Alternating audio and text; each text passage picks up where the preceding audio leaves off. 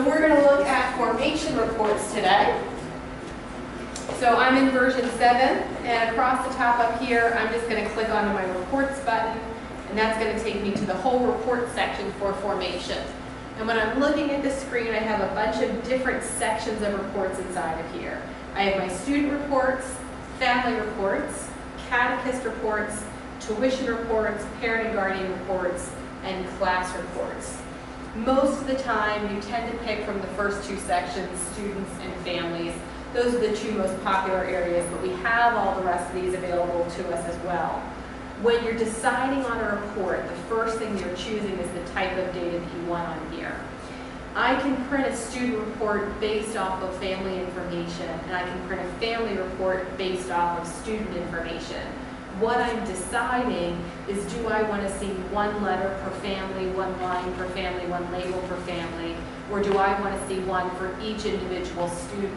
So if I'm trying to print out my sacramental certificates, I want to go to the student reports to do that. If I'm trying to print a list of families who have kids that are missing sacraments that we need to contact, and I want to send one letter per family, I'm going to do that from the family reports section, even though it's based off of member information.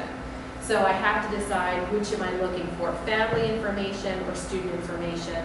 Same way if I'm looking for catechist or parent and guardian information. Once I decide on the type of data, then I'm going to be looking at the format of the report that I can pick from. So is it going to be a listing report, a letter report, a label report, a Rolodex card, a name tag, sacrament notifications, an export report, or an easy report? These are the basic styles or formats that we have inside of the program. And we're going to see these in both the family report section, the student report section, the catechist report section, these lists, these letters, these labels, and the easy report section. Once I decide on the type of report that I want, then I can choose the exact format that I'm looking for. So under the family listing reports, I have family quick listing, I've got complete information, contact report, the directory report or roster report, registration forms, blank registration forms, statistical information, shared data analysis, and then I've got some other things down here. There's some Spanish language registration forms, and then a family letter history list. I can pick from any of these standard reports that are in here, or from reports I would have created myself as well. What we want to decide next is how we want this report to look. When we're talking about reports, there's two different pieces to it. There's the what of the report, and there's the who of the report. The what is going to be what our report actually looks like, what columns are printed, what the margins are around it, what's the font that's on the report.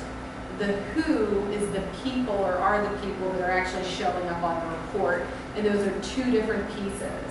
When we're running reports, everything up until the last step is the what of the report. So I've picked what the report's going to look like, and my next couple of screens are going to tweak how that report looks. My last part is where I'm choosing who is going to show up on that report. So if I take my family quick listing screen and I click next, the first screen that I'm going to see is my overview screen. And what this is showing me are the last selections that were used when I ran this report the last time. So the last time I ran this report, I used this printer, I used this paper size, this page style, these address options, these dates, and this is how I sorted it. If everything is correct here, I can jump right ahead to previewing my report. If it's not the way that I want it, I can click on any of these selections to change them, or I can simply use the next button to work my way through the screens. Until you're familiar with the settings, I always recommend using the next button, but once you have the report set up the way that you want it, you can skip right ahead to what you'd like to do. When I click next, the first screen we're going to see is our printer information, and this is determining what report or what printer the report is going to go to. By default, the program wants to use your Windows default printer, although any printer that's installed on your workstation is available from that drop-down list. So you're going to choose the printer you want, and then you'll have your paper size choices and your orientation choices between portrait or landscape. The second screen is going to be our layout screen. This is going to differ depending on if I'm doing a list or a letter or a label or an export, and we have different options for those different sections. For a listing report, the first thing that's asking me is what's my style name. The program has default styles already in here, and all of those styles can be modified to match what you're looking for. To modify any of the existing styles, I simply hit the Edit Style button that's to the right of my drop-down list. And that's going to show me my style choices. With page styles, we're able to pick where the page number and the date and the notes print. We're able to pick what fonts we want used on the report. And we're able to pick the line and shading options that we'd like to use as well. The default report has gray alternating bands, which means every other line is shaded, which makes it easier to read when you're looking at it, but it uses more ink. So depending on what you're looking to do, you can turn those options on or off. If I make changes inside of here, when I hit save, it's going to pop up a box and say, do I want to overwrite and just hit save, or do I want to save as and create a new style? If you're working in a program with other people, you would always want to use save as and create a new style. That way, if somebody likes that other style, we haven't gotten rid of it, it's still available for them. So I could ask you a quick question. Sure. We're on the server, and you kept saying this morning it's your personal one. But when you're on the server, does that affect everybody on the server? There are things in the program that affect everybody and things that don't. A server doesn't make any difference if you're sharing the data between it, whether it's a server or a peer-to-peer.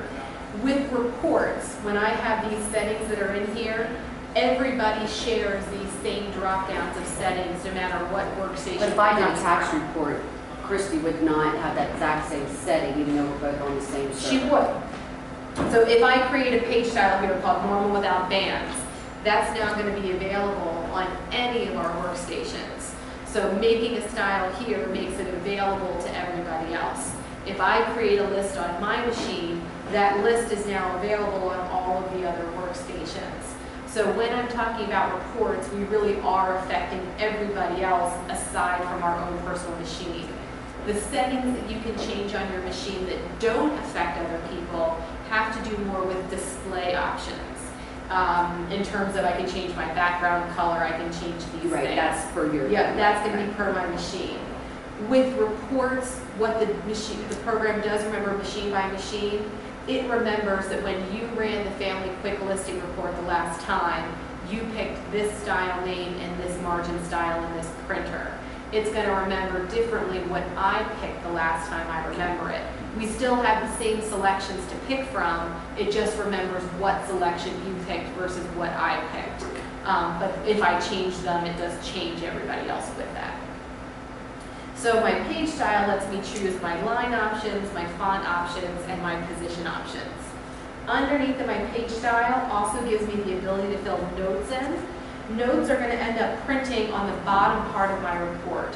So if I wanted to say that these were 2 student families. So when I go to run my report, I was looking for all of my families who just had 2 students in them, and I preview it. There isn't necessarily anything on the family quick list that tells me that's why I have these people on here. It's just their name, their address, and their phone number. And maybe I printed one list with my 1 student families, one list with my 2 student families, and one list with my 3 or more. And my papers get mixed up on my desk. I have no way of knowing which kind of went together. But now, down at the bottom of my screen, at the bottom of my page, there'll be a little note that prints with whatever text I had typed in on notes. So it's a way for me to label that report when it comes out without having to handwrite something or stick a sticky onto it that might fall off or get lost. So that note option just lets me tag that. And it's going to remember the last note that you typed, so you want to remember when you come through again to take that out or change it depending on what it is that you're typing. The middle section on my listing layout screen, if you notice this option here for the fields to print is grayed out. The program doesn't allow us to modify the list of fields on the original report. If I make a copy of this report, that box is going to be ungrayed out and I'm able to click on it. So the program forces you to copy lists before you can modify them. That way, if you mess the list report up, you always have your original one to go back to. So if you did want to change the fields, you just want to copy the report first, and we're going to talk more about that later. Underneath of our list of fields to print is the options for how our addresses should be handled. And do I want to use the street, the mailing, or the alternate address? And that's just a choice that I can choose. Normally we want the first option, which is this one. It means it's going to use the most appropriate address for that family. If they have a mailing address, it'll print it. If they don't, it'll use the street address. Underneath of that is our date used in alternate address or date calculations. Basically, if we have alternate addresses filled in for families, it's going to use this date to see if they're at that alternate address. Underneath of that, we have our option for unlisted phone numbers and unlisted email addresses. Do we want to print those numbers or email addresses, print them as X's, or not print them at all? And that's going to depend on what we're using the report for. If we're printing a family directory to hand out to families, we don't want to give them unlisted phone numbers. But if we're printing a directory for internal use, we would want to have those on there. So it just depends on what we're looking at. The very last option at the bottom is our margin style, and we can just choose the margins we want to use all the way around there. Smallest margins is going to be your default, and that means it's going to print out as far as it possibly can on the page based off of the printer that you've chosen. I'm going to set mine up at 1/4 inch just because I'm using a document writer for a printer, and it would print to 0 on the margin, which looks kind of weird. So you can always adjust those margins there. And so when I preview it, I can see that my margins have now come in some, and I have my information on the report with that. If instead of doing a list, I had done a label, I'm just going to come down here to my family label reports. I'm going to pick this one called Mailing Label to Selected Family Members because it's my favorite label report. We'll talk about what that means in a second here. When I click Next, it's going to be my overview screen, just like we saw with our list. When I click Next, it's going to be my printer information, exactly like we saw with our list. And when I click Next, it's going to be my label layout screen. So it's still a layout screen, it's just adjusted based off of label information. The first thing that we have here is still a style name, but it's the type of label that we would want to use. All of the ACS, Avery, and Deluxe label styles are in here, or I should say the standard versions of those are in here. You can always use the Edit Style button to add other label styles in. One of the things that Avery does that's somewhat annoying is they take the same label number and give it, or the same label style and give it multiple numbers. So 5160, 6160, 8160, they're all the same label. It's just the number of sheets in the box, or if it's an inkjet or a laserjet label. So a lot of times they'll have on the box same as. You want to usually look for that same as number, and that's probably the style that's going to be in the program. The 5160 is that 3 across and 10 down. It's the most popular one that people use. Copies is going to be the number of copies per label, and it would print them one after another. So if I had said 3 copies, I would see the Mensch family, Mensch family, Mensch family, Smith family, Smith family, Smith family. If we wanted to have multiple copies of the entire run of labels, we can do that when we get to the print button. To the right of that is our number of labels to skip. If I set this here, it's going to skip the first 4 labels on my first page of labels. So if I tell it to skip 2, it'll skip the first 2 on that first page. So it would look like this. And it's going to skip label 1, 2, 3, 4 and start printing on my 5th label. So if I've used a partial sheet of labels, it allows me to adjust for that on my first sheet only. After that, it would start over again at the top on page number 2. Be careful about sticking the same sheet through too many times because the glue gets less sticky and the label could come off inside your printer 2 times through, 3 times through. You should be fine. More than that becomes a little risky. You also have the option here to print a total label, which means that at the end of your run of labels, it'll print an extra label telling you how many labels you just printed. Or if you're sorted by a zip code, it'll print a label in between each zip code telling you how many are in that zip code. The text in the label on a label report is not grayed out. The reason being is if I click on this, there's a little option down in the lower left-hand corner saying Reload Default Text. And if I mess all of this up here, I can always hit reload default text and it'll pop it right back in the way that it was. So I don't have to copy a label report to modify it. However, if I'm planning on making this different than a regular mailing label, I would want to copy it just so that that way no one else is upset or bothered by what I've done to it. So if somebody else needs to use this the way it was intended to, they don't have to undo what I've done and then me redo it when I want to go and use it again. So if I want to change it, making a copy is always a good idea, although I don't have to do it for a label. This label in particular, again, it's called the mailing label to selected family members, uses a field up here. Instead of using family mailing name, it uses the fam member full names. And what that means is when it runs this report, I'm just going to go ahead and preview it for us here.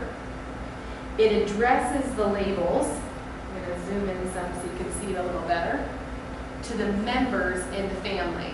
So this first one is addressed to Gabe, Marcus, Harry, and Connie Abbott. And the next one is addressed to Al Penny and Al Alvarez. And then down, if I come down further, we've got one addressed to Joe, June, Caroline, and Michael Anderson. I wouldn't normally send one to every member of the family. However, if I was trying to be able to send a letter to everybody who had received a sacrament, and I had kids that were in first grade, second grade, and seventh grade that got sacraments, and I wanted to send one letter per family, if I put in on my selections, and we're going to talk about selections a little bit more down the road, that I'm looking for people where their grade is this, and it's first, second, seventh, and I hit preview.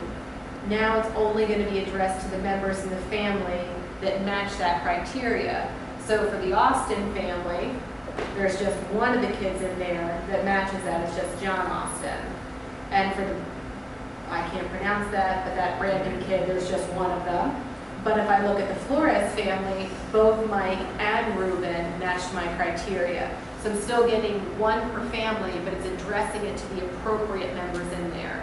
This report is in church school and formation, and it can be really helpful when we want to send mail one per family, but address it to the right people. Can you do that one more time? We use that a Yeah. lot, but So underneath of family labels, there's a report called the mailing label to selected family members. It's the very last one in the list. And I would click next. It would be my overview. Next is going to be my printer information.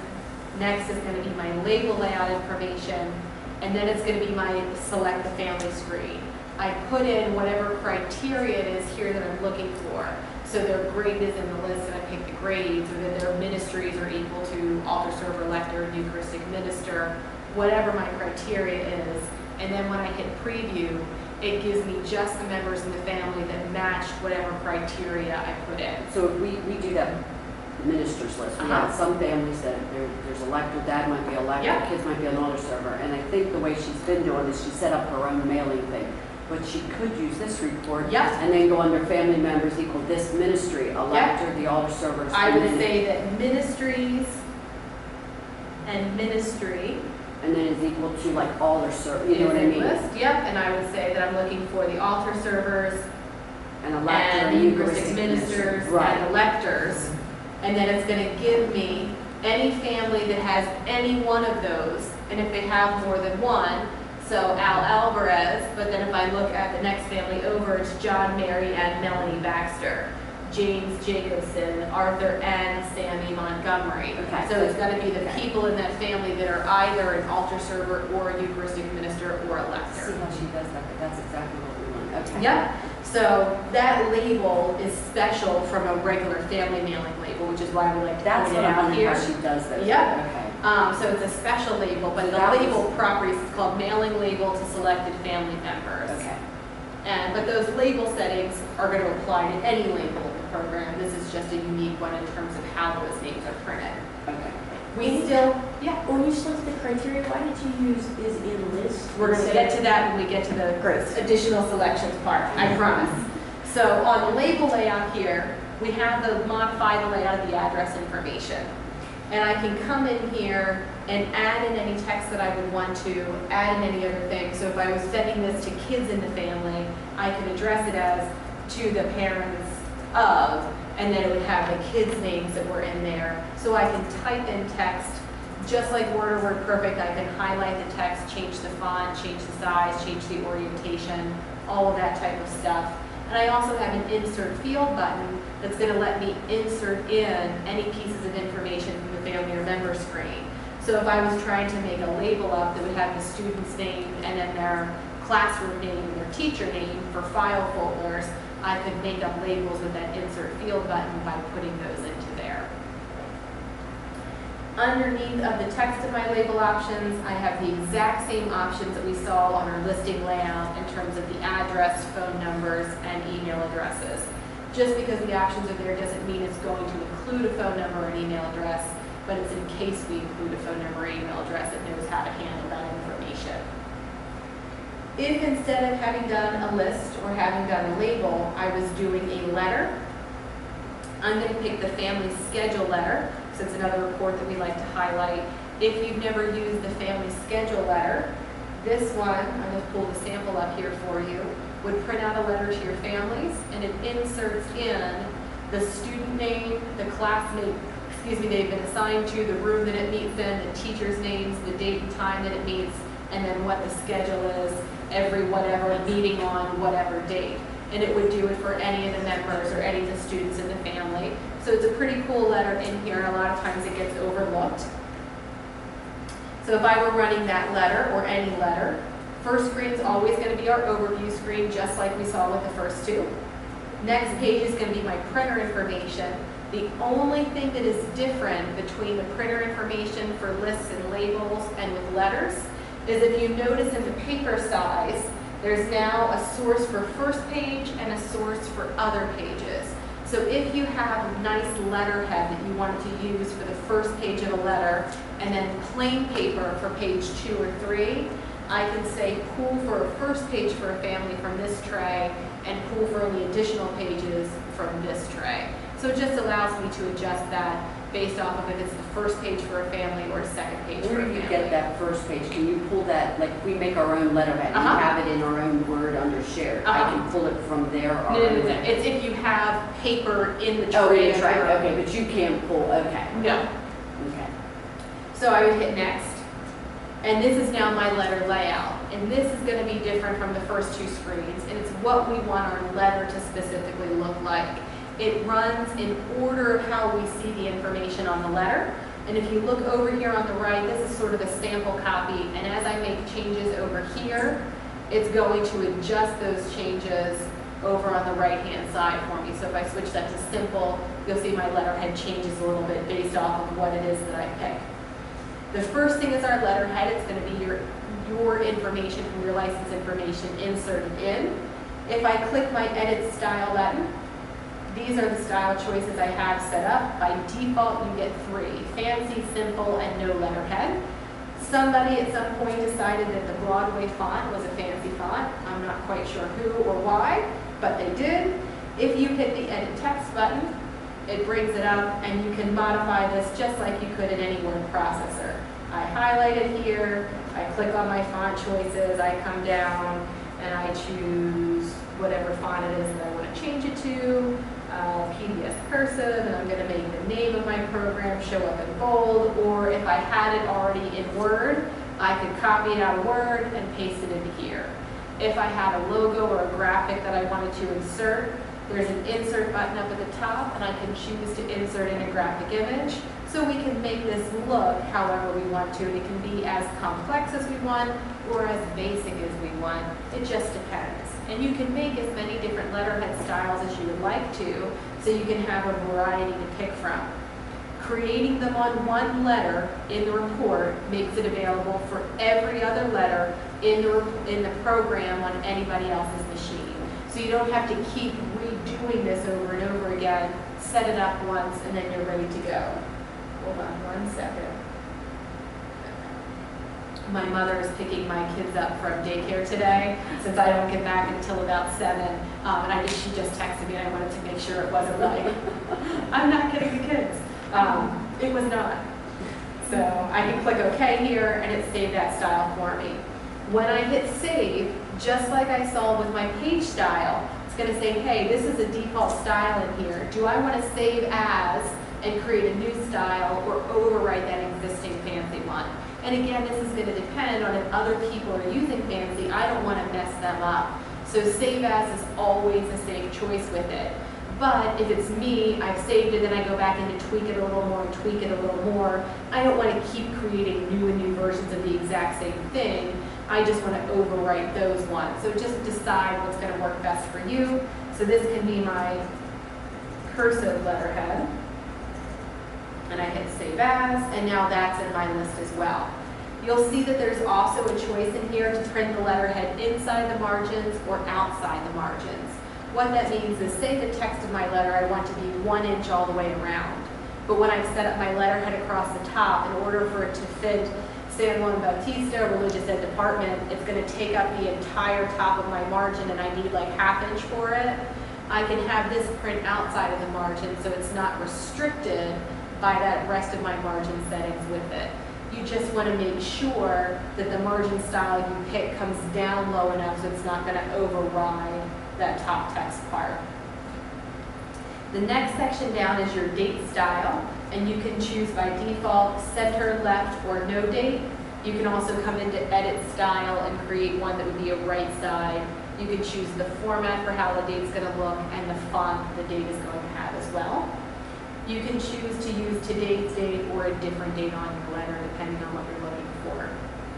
Underneath of that is our inside address style. The default is family formal name, so it would have mailing used to be Mr. and Mrs. John Smith, 123 Winter Street, Media, PA, and then Dear Mr. and Mrs. Smith. I could also choose informal, so it would be Dear John and Mary. I could choose, if I'm doing it as a member report, member information. And also we'll see underneath of the sacrament notification reports, it's addressed to the Church of Baptism. So if I've done first communions and confirmations, I have sacrament notifications that would address back to the Church of Baptism to say we did first communion or confirmation with whoever this kid is. Underneath of our inside address styles is the body of our letter. And if I click on that, it's going to open this up for me, and I can see here's the text of my letter. I can click in here, copy and paste into here, change the fonts, whatever it is that I want to do. It does have a spell checker built into it. You'll notice it thinks that this is spelled incorrectly. This part here, this list fan sketch, is the part where it's inserting in the student schedules inside of here. The program has what are called embedded lists. These are like little mini reports that are kind of inserting into our text. If I come up here to insert list, these are all of the embedded lists that I have inside of the program, and you are more than welcome to insert these into any letters. And if you click on them, it'll give you a little description of what that is over here. So say I really like the idea of this list, but I want to do it on a different letter or something else that I've created, I can take this list fan schedule and copy and paste it onto any other family letter, and it's now inserted into there. I don't need to know the coding of how they made that. I can just copy and paste it on. And that works the same. Mostly the embedded lists are used on financial reports, but we have some like this where they're on a family report as well. Underneath the body of our letters are closing style, and just like with our other selections, we have lots of styles that come. The default report styles that come with it are lovely Robert Jones and Tina's somebody or other, I can't remember what her last name is, and informal Bob is Robert Jones's informal signature. So you can delete those ones out and create your own ones, and again, you can have as many as you would like. If you notice with the formal one, they have a copy of his signature in here. If you would want to do that, you'd want to scan the signature in and save it as a bitmap file or a .bmp file, and it can get inserted into here using the insert and graphic image button up at the top so that you can have that signature show up. Underneath of our closing styles are margin styles, which affect the margins all the way around the entire report with that. So I'm going to bump those up to a 1/2 inch margin. If you were playing around and you say, okay, I'm going to send these family schedule letters out, but I don't want to have to do labels for them, you can adjust all of your margins so that you can print it into a windowed envelope. If you're looking to use windowed envelopes, you have a couple things that you'd want to do. first thing you want to do is make sure that your margin, your left margin, is at least an inch wide, because most windowed envelopes typically have an inch on the left before the window part starts. But take a look at the windowed envelope that you're using. So typically you start with an inch margin, print out one sheet of it, fold it, and see where you're at. If you need to adjust your margins down, you can either adjust your top margin and bump everything down, or you could just come up to your inside address style, and you can come into your text and just press enter to move that part of the letter down. And if you just needed to get that salutation line down, sometimes that shows inside the address block because there isn't enough space in there. You can also put space in between that as well. So you can adjust those little pieces so it fits with whatever version it is that you're using. Because letterheads differ and inside addresses differ, there isn't a set windowed envelope setting you can apply across the board, because it's going to depend on these pieces that you've picked up here.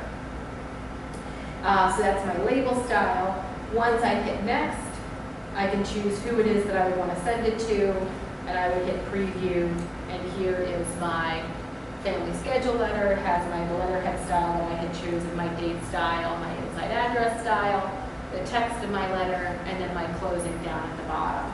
With letters, I get one family per page, or however many pages it's going to take up. With labels, I'm getting one per label, and with the list, I'm getting one per line with that. Does that make sense so far with the setting for picking with that? With the email, or I'm sorry, with the letter settings, when I get to this screen, I do have a couple more options. I have the ability to email the letter. Any letter that I create in the program can be emailed out of the program.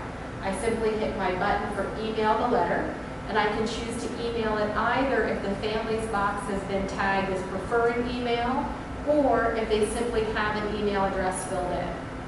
I can choose, if the family has more than one email address filled in, to send it to all of the email addresses for the family. And if the family has something marked to receive a courtesy copy, I can also check that box as well.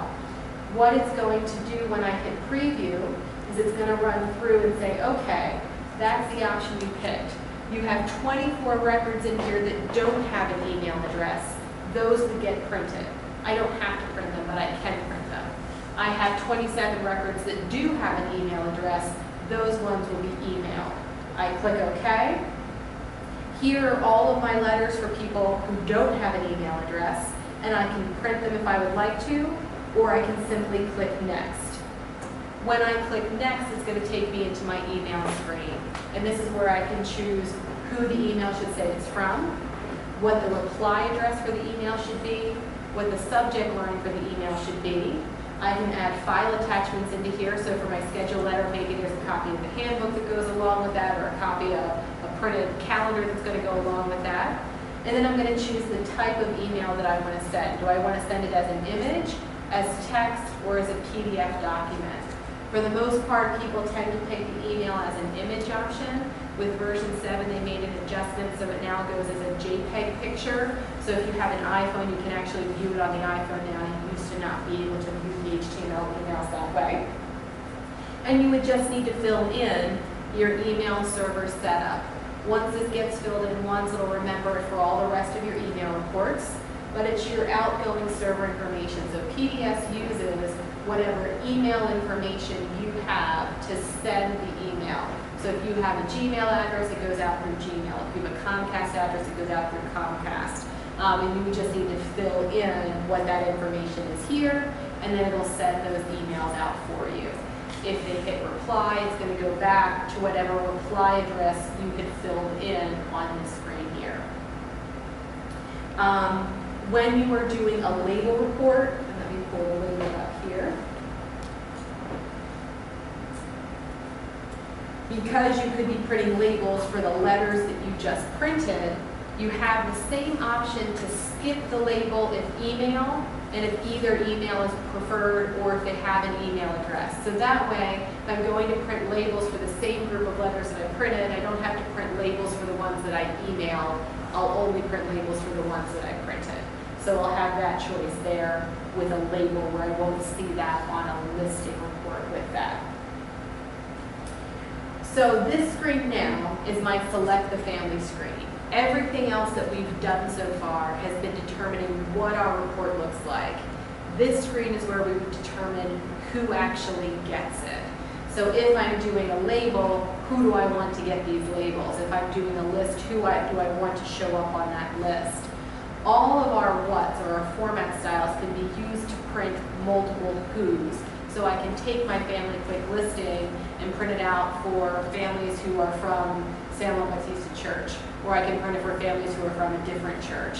I could take that same list and print it for people who have a kid that's going to be in second grade, or it's going to be they have more than 3 kids, or they live in a certain city, or they've registered after a certain date, or they have a certain keyword. I can reuse that same style with lots of different selections.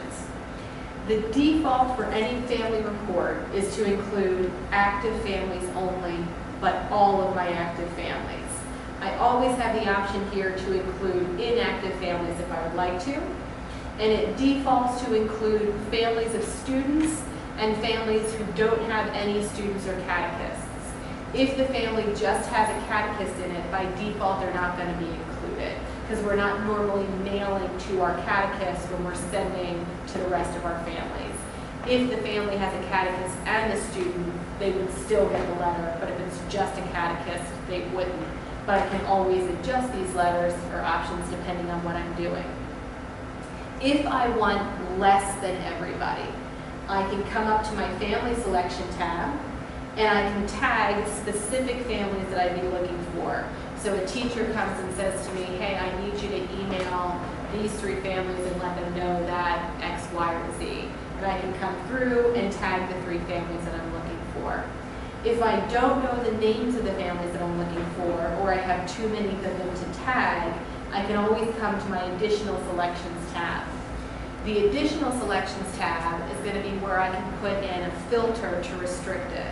So I'm saying that a certain field in the program has a certain relationship to a certain value.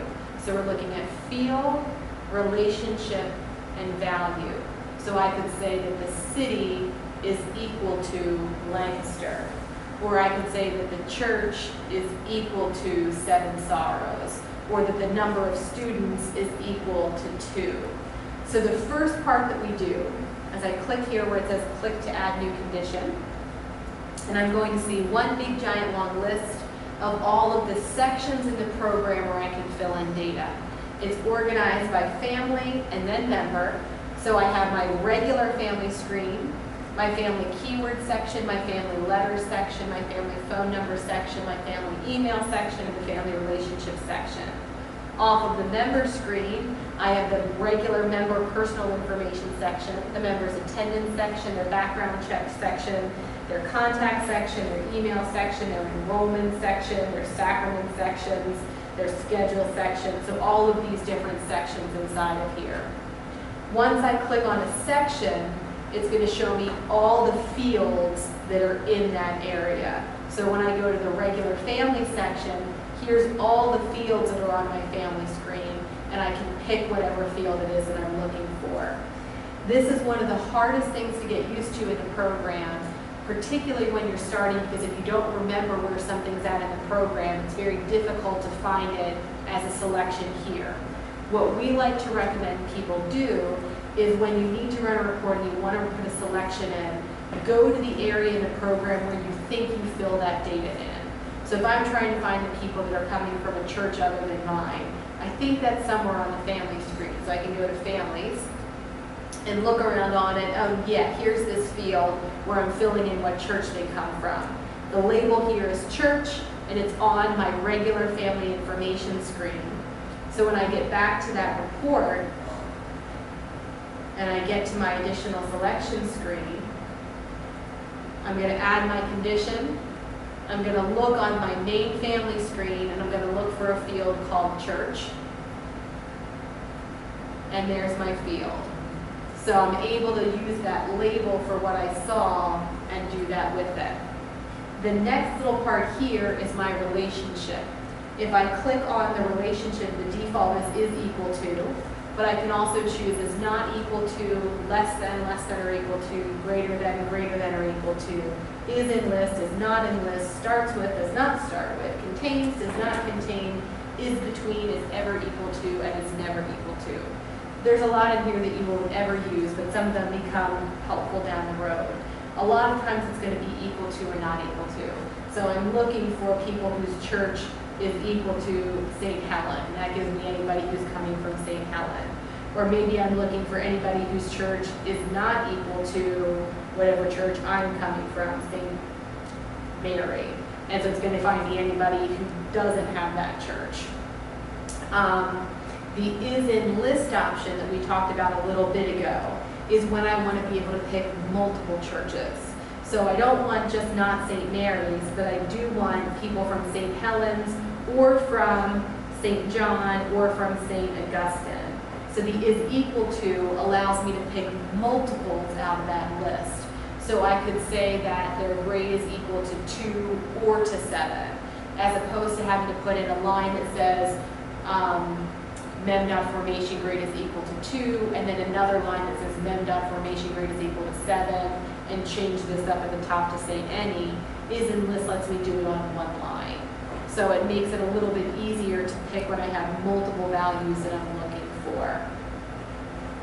Does that make sense? Okay. The is between is going to work on any date field or numerical field. So if I were looking for kids whose date of birth is between, and I can fill in a starting date and an ending date. We see this used a lot for kids who are going to be going up into high school or kids who are going to be coming into our program. It allows me to fill in a specific range that I'm looking for. I could have also used it to say their grade is between this date and this date, or a payment was between this amount and this amount. So it just allows me to fill in a starting value and an ending value. If we're trying to search through something, for example, I filled something in under special circumstances about allergies, and I'm trying to find all of my kids that I would have put allergies into that special circumstances, I could say that mem special circumstance, oops, that's a school grade, hold on. Special circumstances. And I wouldn't want to say is equal to allergies because there's going to be other text in there. I can say contains allergies. And it's going to find anybody where the word allergies is somewhere in that memo or that remark field. So contains searches through all of the value on there as opposed to equaling the entire value. We would also use that if we were trying to find addresses. So we'll see this more in the church where people want to find everybody who lives on a certain street. I could say that address contains Winter and find anybody that's on Winter Street. In the formation program, it's used more specifically for looking through remark information. For those of you who are using version 7 now, when I'm thinking about remarks, I want to make sure I mention this. Back on the student's personal information or on their screen, there's these remark fields down at the bottom. In versions 3 through 6, they were limited to 40 characters apiece. So if your kid was allergic to more than 2 things, you couldn't fit them all on that line. They turned them in with version 7 to text boxes, and you can type as much information in there as you need to. So you're now able to fit their whole health problem history or allergy information. And these labels on them are customizable. They're not customizable per kid, but per program. So if you come up underneath of the file menu and go to setup and initial setup, you can set what those are. And typically we see health problems, allergies, custody issues, remarks are the major ones that we see being filled in there. And then you can type away to your heart's content on those screens now, because now you have the ability to fit as much in there as you would need to. And then pop back over to the report section here. So we talked about our relationship, and then that last part is just that value. So where we were saying the grade was equal to 2, or the city was equal to this or that or the other thing. If the field that we're looking at has a drop-down box, when I come in here to pick it, I'm going to be able to pick from that drop-down box. So if I had picked formation grade, I'm going to have a drop-down list to pick the grade from. But if I had picked remarks, it's not going to be a drop-down list because the remark field is just a text box and I can type in there whatever I would want to. So that's going to differ depending on the type of field that I'm looking at. Does that make sense, what we've talked about so far? Okay, so you've spent all this time getting the selection in there. You finally have the report set up the way that you want it, and you want to make sure that you can run it again the next time. There are two things that we would recommend doing.